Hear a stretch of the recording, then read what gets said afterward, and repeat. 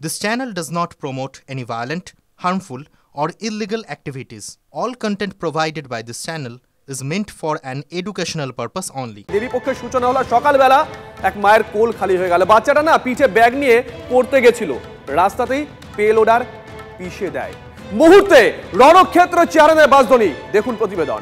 কিন্তু উত্তেজনা তৈরি হয়েছে এই মুহূর্তে, দেখতেই পাচ্ছ ধাক্কাধাক্কি, হাতাহাতি, পুলিশের সঙ্গে রীতিমতো মারামারি, হাতাহাতির পরিস্থিতি।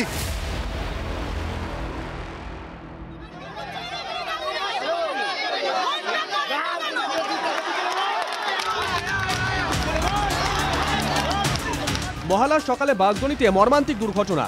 পুজোর মুখে সন্তান হারা মা। কলকাতা পুরসভার 113 নম্বর ওয়ার্ডের বাসিন্দা নবম শ্রেণীর ছাত্র কোচিং সেন্টারে যাচ্ছিল।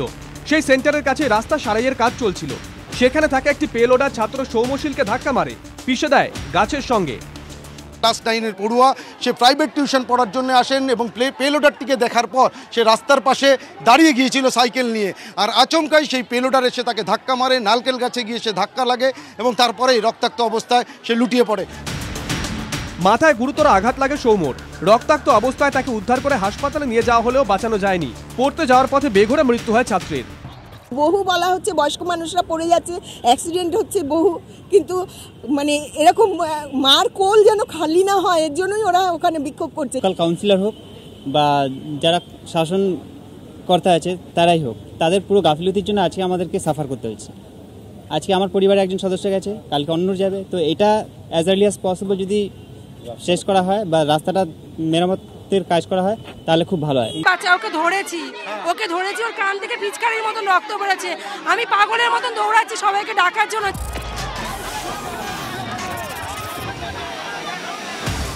মৃত্যু দায়কার সেই প্রশ্ন তুলে বুধবার সকাল থেকে পথে নামেন এলাকার মানুষ। ঘাতক পেলোডারের উপরে উঠে ভাঙচুর বিক্ষুব্ধ জনতার। ঘটনাস্থলে পুলিশ যেতেই আজকে রেখে বিক্ষোভ দেখান এলাকাবাসী। স্থানীয়দের দাবি দুর্ঘটনাস্থলে আসতে হবে স্থানীয় কাউন্সিলরকে। ঘটনাস্থলে যান পাটুলি থানার ওসি তীর্থঙ্কর দাস। ওসিকে ঘিরে শুরু হয় বিক্ষোভ।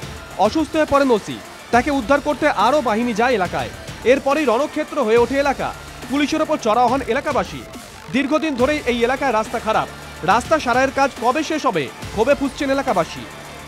কাউন্সিলরকে ভোটের সময় দেখতে পাই, আজকে যখন মায়ের কোল খালি হয়ে গেল তখন কাউন্সিলর কই? আমরা দাবি করছি কাউন্সিলর এবং মেয়রকে আসতে হবে, কলকাতার মেয়রকে এখানে আসতে হবে।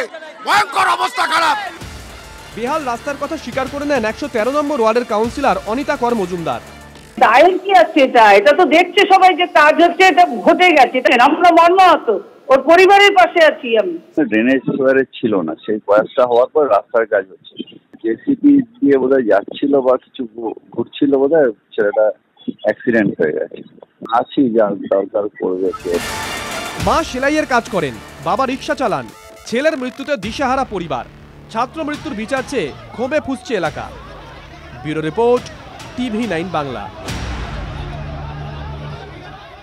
দেখুন, যে কাউন্সিলর নির্বাচনের আগে লোকে দৌড়ে দৌড়ে গিয়ে হাত জোর করে বলে আমাকে ভোট দেবেন, পাশে থাকবো, আজকে সারাদিন তাকে সেখানে পাওয়া যায়নি। কেন কাউন্সিলর আসছেন না, এই প্রশ্ন তুলেই ক্ষোভে ফুঁসছিলেন এলাকাবাসী। ঠিক দুপুর 1টার বুলেটিনে আমরা ফোন করেছিলাম কাউন্সিলরকে, লাইভে জিজ্ঞাসা করেছিলাম আপনি কেন যাননি। বলেছিলেন যাবো, আমাদের ছেলেপিলেরা ওখানে আছে। আর ঠিক এর পরেই ওইখানে একটা ঝামেলার সৃষ্টি হয়। এলাকার যারা বিক্ষোভ দেখাচ্ছিলেন তারা বললেন শাসক দল নাকি বাইরে থেকে লোক এনে এই বিক্ষোভ রোধ করার চেষ্টা করছে, মারধর করছে। তার আগে অবশ্য ওখানে পৌঁছে গেছিলেন দায়িত্ব নিয়ে পাটুলি থানার ওসি, সেখানে গিয়ে ক্ষোভের মুখে পড়েন। আচ্ছা, বাসদনি এলাকায় কেন পাটুলির ওসি, এই প্রশ্ন তুলেছেন অনেকেই।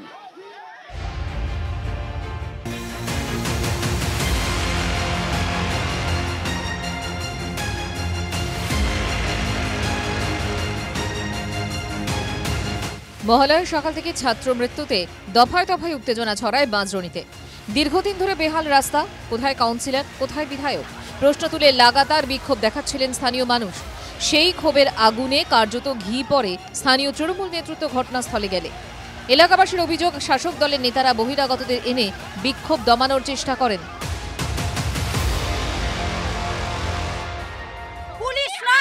পার্টির লোক ছিল, রোলিং পার্টির লোক ছিল, আমাদের পরিচিত রোলিং পার্টি। কেন পার্টি আসবে এখানে? সাধারণ বিক্ষোভ হচ্ছে। তাদের মার খাইয়ে প্রশাসন কি প্রমাণ করতে চাইছে?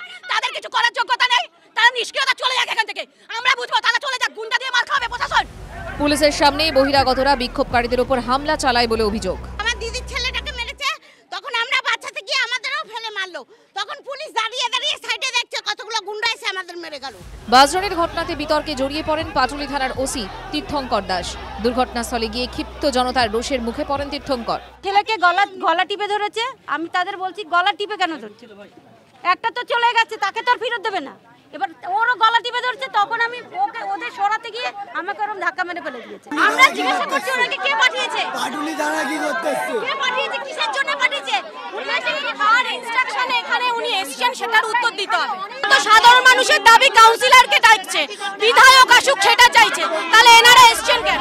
এর আগে আরজিকর কাণ্ডে সোশ্যাল মিডিয়ায় পোস্ট করে বিতর্কে জড়িয়েছেন পাটুলি থানার ওসি। পোস্টটি নজরে আসতেই ব্যবস্থা নেয় লালবাজার।